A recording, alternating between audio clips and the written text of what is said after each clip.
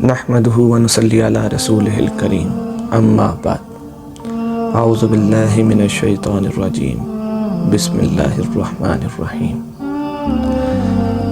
منہا خلقناکم وفیہا نعیدکم ومنہا نخرجوکم تارۃ اخری۔ اسی زمین سے ہم نے تمہیں پیدا کیا ہے اور اسی میں ہم تمہیں لٹائیں گے اور اسی سے دوبارہ تمہیں نکالیں گے۔ صدق اللہ العظیم۔ اللہ تعالیٰ قرآن میں فرماتے ہیں کہ اسی زمین سے تمہیں پیدا کیا ہے، اسی میں تم لٹائے جاؤ گے اور اسی سے تمہیں اٹھایا جائے گا۔ انسان کو مٹی سے پیدا کیا گیا اور انسان کو مٹی میں ہی دفن کر دیا جائے گا اور پھر قیامت آنے پر مٹی سے ہی نکالا جائے گا۔ انسان کی زندگی کو اگر دیکھا جائے اور اس کے سارے معاملات کو دیکھا جائے تو وہ ماں کے پیٹ سے لے کر موت تک اس کا ایک مرحلہ پورا ہو جاتا ہے۔ اس کے بعد قبر کے معاملات شروع ہو جاتے ہیں۔ جب وہ فوت ہوتا ہے اس کے آگے قبر کے معاملات ہوتے ہیں۔ قبر سے قیامت تک دوسرے سٹیج، اور اس کے بعد پھر قیامت کے بعد وہ جو جنت دوزخ کے فیصلے ہوں گے۔ 3 حصوں میں آپ اس کو دیکھ لیں۔ اب جو قبر کا معاملہ ہے، میرا آج کا موضوع قبر کے معاملات کے اوپر ہوگا۔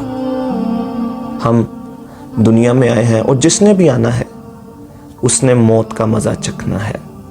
کل نفس ذائقۃ الموت۔ جو بھی دنیا میں آیا ہے اس نے موت کا مزہ چکھنا ہے اور اس دنیا کو چھوڑ کر جانا ہے۔ ان سارے رشتوں کو چھوڑنا پڑے گا۔ بڑے یہاں پر پیار والے رشتے ہیں، اولاد کا رشتہ دیکھ لیں، میاں بیوی کا رشتہ دیکھ لیں، ماں باپ کا رشتہ دیکھ لیں، پھر آپ کے دوست احباب، آپ کے رشتہ دار، آپ کے محلے دار، ان ساروں کو چھوڑ کر چلا جاتا ہے۔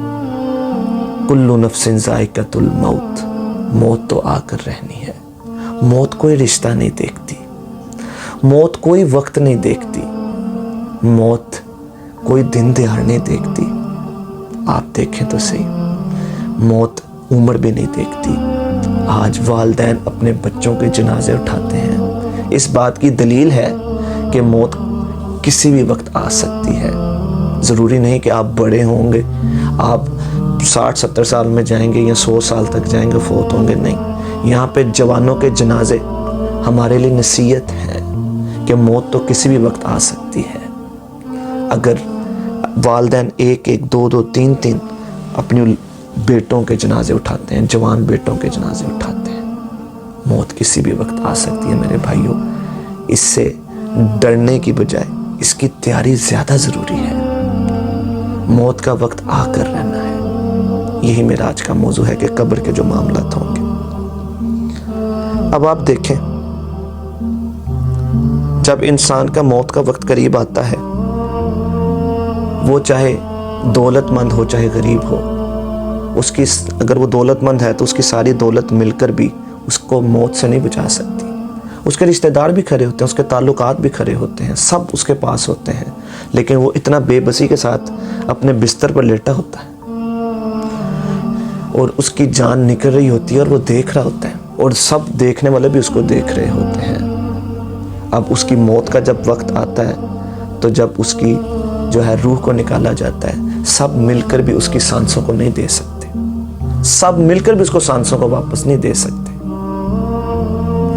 اب جب موت کا وقت قریب آتا ہے نا، جو بدروح ہوتی ہے نا، بدروح، وہ اپنے جسم میں چھپتی ہے، کبھی کہیں چلی جاتی ہے، کبھی کہیں چلی جاتی ہے۔ جب اس کی جان نکالنے کا وقت آتا ہے، وہ بڑا تکلیف دہ عمل ہوتا ہے، وہ بہت تکلیف دہ عمل ہوتا ہے۔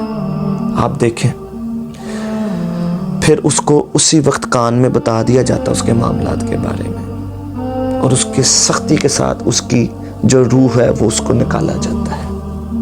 اس کو بڑی تکلیف ہوتی ہے، وہ چیختا بھی ہے، لیکن اس کی چیخوں کو کوئی ارد گرد والے نہیں سن رہے ہوتے، لیکن اللہ تعالیٰ اس کی چیخوں کو سن رہا ہوتا ہے۔ اب دیکھیں جب اس کی روح کو نکالا جاتا ہے، جب بد روح کی روح کو نکالا جاتا ہے، وہ چیخیں مار رہی ہوتی ہے، وہ ادھر ادھر چھپ رہی ہوتی ہے، اب اس کو جب آسمانوں کی طرف اٹھایا جاتا ہے تو ہر طرف بدبو پھیل جاتی ہے، آسمانوں میں بدبو پھیل جاتی ہے۔ اس کو اوپر جب لے جایا جائے تو آسمان، جب پہلے آسمان کے پاس جاتے ہیں تو فرشتے کہتے ہیں کہ ہم نے اس کو اوپر نہیں جانے دینا، ہمیں آسمان کھولنے کی اجازت نہیں ہے، اس کے لیے آسمان کے دروازے کھولنے کی اجازت نہیں ہے، اس کو واپس لے جاؤ۔ ہر طرف بدبو کا جب پھیل جاتا ہے اس کو اوپر سے ہی پھینک دیا جاتا ہے۔ میرے بھائیوں، جب اس کو پھینکا جاتا ہے، جب اس کو قبر میں ڈال دیا جاتا ہے، اب نیچے رشتہ دار اس کو نہلا رہے ہیں، اس کو کفنا رہے ہیں، اس کے قبر کا انتظام ہو رہا ہے۔ آپ دنیا کی حقیقت تو دیکھیں، یہاں پر انسان کی دھڑکن بند ہونے کی دیر ہوتی ہے۔ جن پیاروں کو ہم بیمار بھی ہوں تو ہم ان کو کس طرح اٹھا کے رکھتے ہیں اپنے ہتھیلیوں میں، اپنے ہاتھوں میں۔ اگر ان کو وہ گند اپنا صاف نہیں کر سکتے، ان کا گند بھی صاف کیا جاتا ہے۔ ہم دیکھتے ہیں، ہم اپنے پیاروں کو جدا نہیں ہونے دیتے، ہم ان کو ایک پروٹوکول دیتے ہیں جو زیادہ بیمار ہو جائے، لیکن آپ دیکھیں جب دل کی دھڑکن بند ہوتی ہے نا تو ہم کہتے ہیں کہ زیادہ دیر نہیں رکھنا، اب جسم کو زیادہ دیر نہیں رکھنا، اب جلدی جلدی انتظام کرو۔ ڈاکٹر کہتا ہے کہ اتنے گھنٹے آپ کے پاس، ورنہ جسم پھولنا شروع ہو جائے گا۔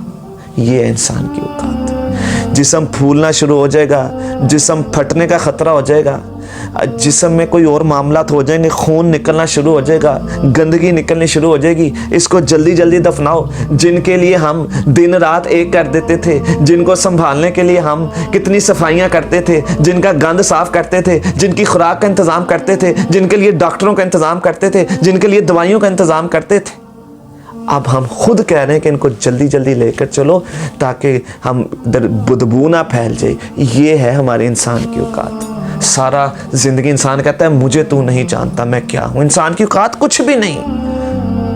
یہ ہے جسم، یہ ہے جسم، میرا جسم میری مرضی کہنے والوں، یہ ہے جسم۔